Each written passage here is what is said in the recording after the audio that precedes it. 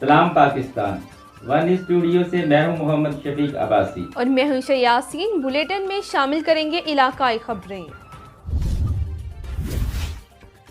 خانگاہ ڈوگرہ شہر سے اڈا ورک شاپ تک سڑک کئی سالوں سے ٹوٹ پھوٹ کا شکار ہے۔ بڑے بڑے کھڈے بنے ہوئے ہیں مگر اس کی تعمیر کے لیے کوئی انتظام نہیں ہو سکا۔ شہری گرد و غبار سے تنگ زندگی گزار رہے ہیں۔ شہر نے ارباب اختیار سے نوٹس دینے کا مطالبہ کیا ہے۔ خانگاہ ڈوگرہ مین جی ٹی روڈ اندرون شہر سے لے کر اڈا ورک شاپ تک عرصہ دراز سے ٹوٹ پھوٹ کا شکار ہے۔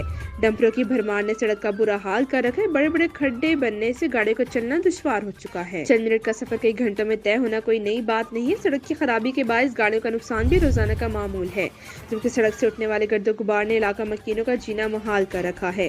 بچے بوڑھے اس گرد کی وجہ سے کھانسی اور گلے کی مختلف بیماریوں کا شکار ہو رہے ہیں، مگر کسی منتخب نمائندے کو اس کی طرف توجہ دینے کی فرصت نہیں ہے۔ شہریوں نے ارباب اختیار سے تمام تر صورتحال کا نوٹس لینے کا مطالبہ کیا ہے۔ محمد اجمل شاہد۔